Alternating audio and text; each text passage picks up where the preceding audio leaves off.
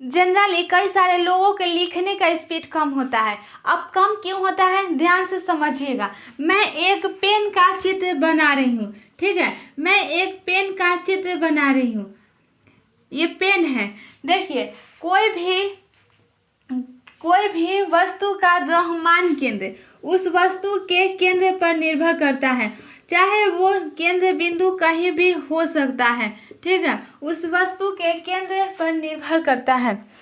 अब देखिए, ये एक पेन है, ठीक है, और इस पेन का द्रव्यमान केंद्र कहाँ है, तो यहाँ पे है। आर्किमिडीज कहते हैं कि जितना द्रव्यमान केंद्र से दूरियां बढ़ेगी उतना ही क्या होगा, पेन भारी होता चला जाएगा।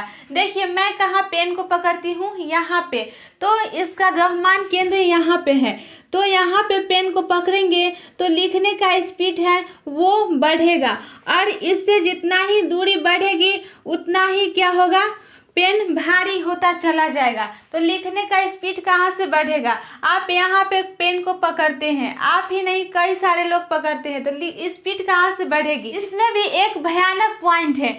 क्या पेन है, ठीक है, ये पेन है और इसका द्रव्यमान केंद्र कहाँ है, यहाँ पे है।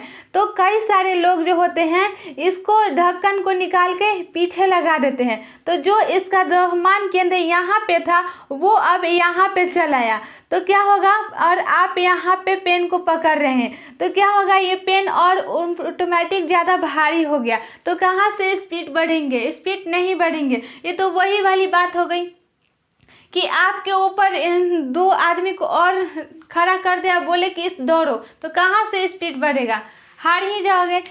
समझिए ना कि यहाँ पे इस पेन के यहाँ पे ढक्कन को लगा दिए, तो जो द्रव्यमान केंद्र यहाँ पे था वो अब यहाँ पे आ गया, और आप यहाँ पे पेन को पकड़ रहे हैं, तो स्पीड क्या होगा, घट जाएगा।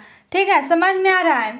अब तो करना क्या है, जिनको भी स्पीड बढ़ाना है आंसर राइटिंग में, उनको पहला काम क्या करना है कि पेन के ढक्कन को जो है पीछे नहीं लगाना है, और दूसरा काम क्या करना है कि अपने पेन को बीच में पकड़ना है, द्रव्यमान केंद्र पर बीच में पकड़ना है, तो उनका जो है लिखने का स्पीड है वो ऑटोमेटिक बढ़ जाएगा।